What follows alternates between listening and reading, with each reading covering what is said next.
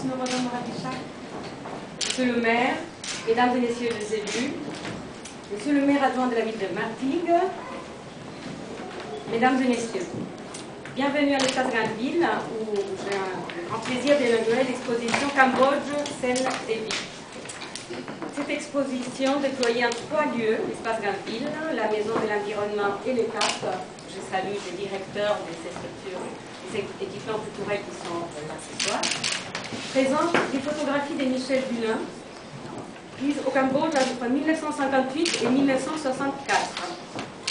Michel Dumont-Lang, dite Dulin, né en 1927, photographe intrépide, indépendante, moderne et anticonformiste, a toujours placé au cœur de ses nombreux reportages la question fondamentale de la dignité de l'homme. Arrivé au Cambodge en 1958, il y passera 6 années. En 1960, il devient photographe officiel du régime des Norodom Sihanouk.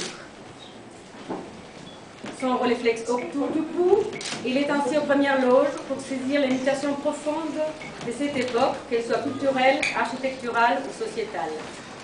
Michel Dulin également était photographe pour la ville d'Aulnay. Cette exposition a d'abord été présentée à Martigues, ville où réside désormais Madame Dulin, qui n'a malheureusement pas pu faire le déplacement à Aulnay, mais qui est représentée par sa fille, Nausicaa Favar Amourou, commissaire de l'exposition et artiste talentueuse elle-même. La ville de Martigues nous prête une grande partie de l'exposition et nous les remercions. Un livre va être tiré de cette exposition aux éditions Transphotographique Presse. Je salue les représentants de la maison d'édition, ici présents. Voilà. Ils sont en plein travail pour l'élaboration du livre. Vous pourrez le voir très très bientôt. La ville d'Aulnay s'associe à cette édition. Sous le gouvernement du roi Norodom Sihanouk, le Cambodge sera pendant les années 1960 un pays où se côtoient tradition et modernité, où éclosent les arts et la culture, où se développe l'éducation. Précédant l'arrivée au pouvoir des Khmers rouges, cette période aux yeux des Cambodgiens est une sorte d'âge d'or, anéanti par la violence inouïe des guerres et du génocide qui ont eu lieu entre 1975 et 1979, qui ont tout détruit par la suite. Hasard du calendrier, le Cambodge occupe aussi le devant de la scène culturelle française actuellement, comme vous le savez, avec la sortie du roman du film de Ricky Kahn, qui retrace de manière poignante la période tragique des Khmers rouges.